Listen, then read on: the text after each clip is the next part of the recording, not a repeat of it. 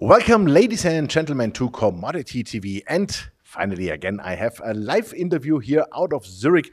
We are here on a roadshow with Bluestone Resources. And of course, we want to talk, long time ago, to Jack Lundin, who is the president and CEO of the company. Jack, welcome and hi, great to see you. Good to see you, Jochen. How are you? Yeah, perfect. Thank you very much. You just did a great presentation here in Zurich on your roadshow, and I must say I was really impressed. I'm a shareholder of the company, and I'm a real happy shareholder. Now I know again why I am.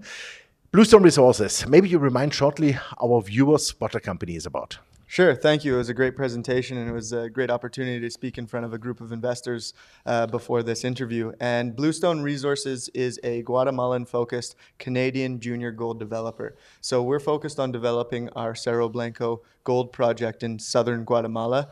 This is a project that has a resource of about 3 million ounces of gold and about 13 million ounces of silver. And we're looking at rapidly advancing the project towards the development phase and ultimately into operations as soon as end of 2024. So we're working on our permit right now. We're waiting for that to be approved. We've got the feasibility study that shows very strong economics that were released in February this year. And now we're getting ready to go into the development phase upon getting that permit approved. Super. Strong economics. That's something what I saw also in your presentation. So please give us a little bit more details. What are the AISC? What is cash flow? Because one thing I took from your presentation was like your market cap today in Canadian dollars is like your average free cash flow in US dollars when you produce.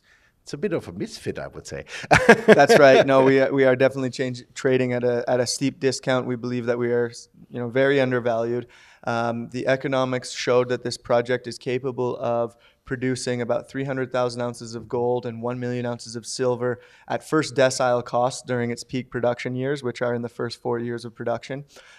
Using a $1,600 an ounce gold price, we are anticipating a $1 billion net present value at a 5% discount, 30% IRR, and a rapid 2.2-year payback. Wow. So if you use today's gold price, the economics really do go through the roof. And that's why we're very keen, very excited, and very focused on moving Cerro Blanco forward into the next phase. Great. And I saw your AISC are around $630 per ounce gold. Is that already net after silver credits? That is correct. So we built up our operating costs, bottom-up estimate that we did that over the last year. The numbers that went into the feasibility study are as recent as November, December timeframe. And the all-in sustaining cost of about $630 an ounce, yes, it does include about a $80 silver credit. So, if you add that back, we're still at around $700 an ounce. Super healthy. The margins that this project will be generating are quite significant, and it gives us the opportunity once we get Cerro Blanco into production to do even more with the company. So this is really the company starter for Bluestone by building out Cerro Blanco. Super. Okay, before we come to the future, what we always get the question is, how do you finance this? How do you want to manage it? Obviously, your last name, I think, implies already financing shouldn't be a problem. You can do it one part of yourself if the family is the largest shareholder, of course. But also, I think you have all the contacts to the banks, to the streamers, to whatever silver stream might be appropriate. Can you elaborate a bit on that? Sure. So we're keeping all doors open at the moment. We are looking at, putting together the best financing strategy in place. We're going to be targeting as much debt as possible through a syndicate of international banks. So targeting kind of 55 to 60% through a debt facility, traditional debt facility. We are exploring the opportunity for a silver stream because we're going to be producing about 10 million ounces of silver. There's an opportunity to put a sizable silver stream. We won't be looking at any gold prepays. We don't want to cap the upside on our gold production, but silver represents about 4 or 5% of the overall revenue. Okay. So I think a silver stream does make sense. And then the remaining, either bringing in a strategic partner, that's less likely, and whatever equity overhang, we would look to be doing 1 to 2 tranches of equity raises in the market. Okay, super. I remember when we first spoke about your company, it was an underground project. Now it's an open pit project. So what made you to really switch by 180 degrees? That's a great question, and that's really where we unlocked the true value of Cerro Blanco by making that pivot and going from what was contemplated as a smaller scale, high grade, very robust underground concept to a much larger scale, much more robust, larger overall open pit project. Really what we did is we remapped the geology, we reinterpreted, we added about 45,000 meters of drilling to the deposit and understood it to be much more than what we thought it was when we purchased back in 2017 Cerro Blanco from Gold Corp. So with our enhanced understanding, plus when I joined in 2020, I brought in the Fruta del Norte project team as well. And during COVID, we were able to we were presented with the opportunity to take a breath and really look at what this project could give, what this deposit could yield. And so from that perspective, it's a no-brainer going for an open pit.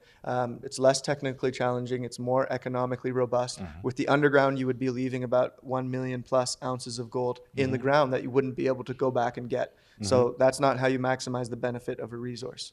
Okay, super. What I was also impressed is how you structured your production process, because you are not doing wet tailings, you will do dry tailings, meaning I think you're using a filter press, right? And so you get rid of the water, which makes it much more stable, much more, I would say, easier to handle. But what are you doing with the water then? Can you reuse it? Can you recycle that? Yeah, so for us, what's extremely important is that we are always looking to implement the best technology and minimize our environmental and social impact on any mining project. But specifically with Cerro Blanco, we have the opportunity to employ a dry stack tailings facility, which, yes, we would be employing filter presses to basically dehydrate the tailings, which means that instead of creating an aqueous tails solution, we would be taking that water, recycling it, and reusing it in our operation. And any water that we're not reusing in our operation would go through a water treatment facility before being discharged into the environment. And we make sure that that water, the quality of that water, meets international standards. So water management is critical for us. Tailings management is critical for us. Minimizing the impact from an environmental standpoint is also very important. And we do that with this dry stack tailings impoundment solution. Okay, super. So you are in Guatemala. Guatemala is Latin America, South America. We all know maybe an environment which is a little bit more unsecure, of course, than Canada or Australia to mine. But what are your relations, let's say government, communities? Do you have any problems? What is going on with permitting, of course? So please give us a bit of an overview here. So I think from the perspective of Bluestone Resources and advancing the Cerro Blanco project, when you look at the economics and the technical aspects of this project, it is a slam dunk. It's a very good project, but there's a reason why it hasn't already been mined out. There are some issues in Guatemala with mining that have been seen in the past by some of our peers that are currently in Guatemala.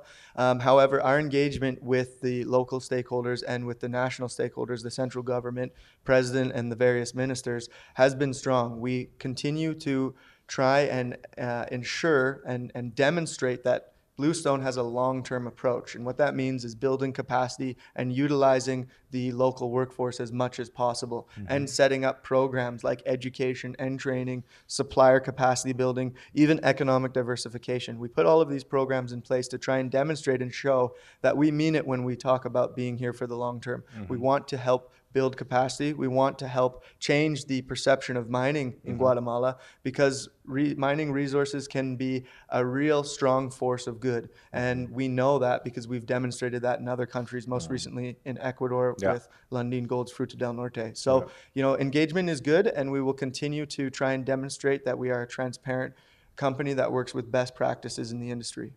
Fantastic. Where do you see the future potential of the company? I mean, 14 years approximately is the life of mine by now.